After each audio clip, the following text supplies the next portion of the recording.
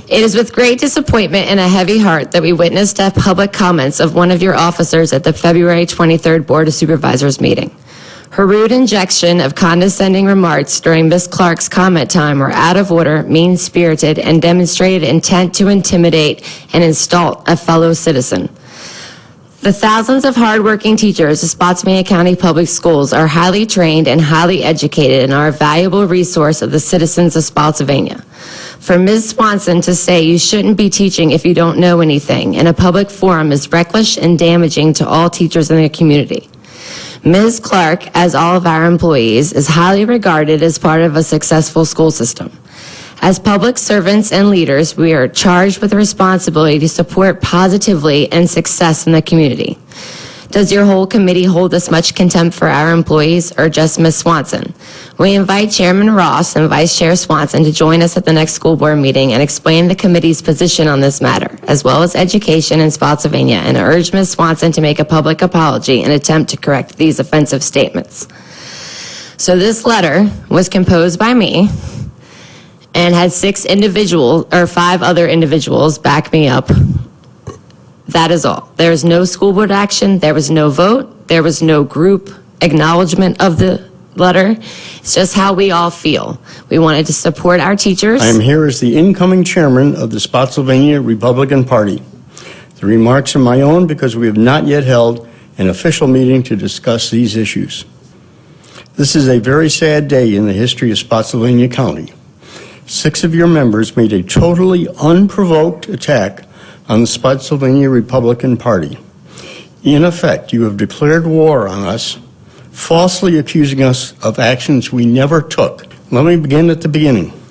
At the Board of Supervisors meeting held to discuss the proposed budget, one individual made a private comment to the person next to her. She was then asked by the speaker what was said, and she repeated her comment in response to that question.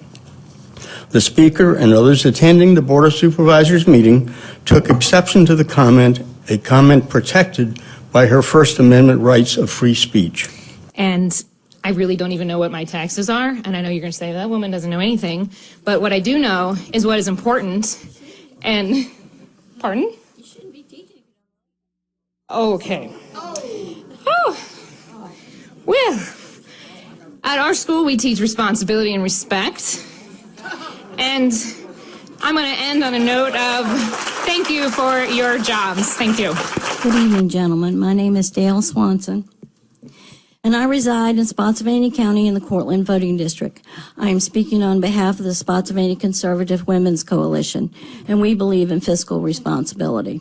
I believe that it's fiscally irresponsible for one of our teachers to stand up here in front of you with a straight face and tell you that she does not know what she gets paid and she has no idea what taxes she pays. That is totally irresponsible. The GOP had nothing to do with any comments at the Board of Supervisors meeting, and contrary to the assertion in your letter, we had no policy and no position on the issues mentioned in the letter. Your letter was, to put it simply, totally erroneous. So here we are. Let's look at the potential future consequences.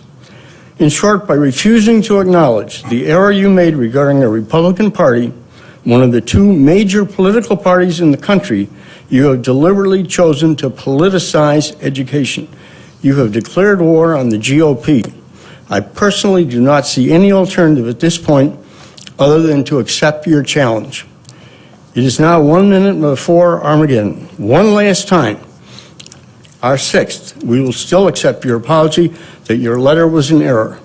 After that, while I cannot predict the future, it certainly looks bleak for future discussions about education, pay, funding, and so forth. I put my name on that letter because I stand with an employee that has every right to state her opinion without being intimidated or without being chastised. And I'll put my name on it every time. I really don't care if someone feels that I'm a target for their attack. I didn't mind serving in the military to make myself a target of attack, and I don't mind serving on this body to stand with people that have a constitutional right to speak at a hearing. So that being said, I'll hold the rest of my comments so I don't allow my motion to get too much into it. And we'll just move on to 6.01.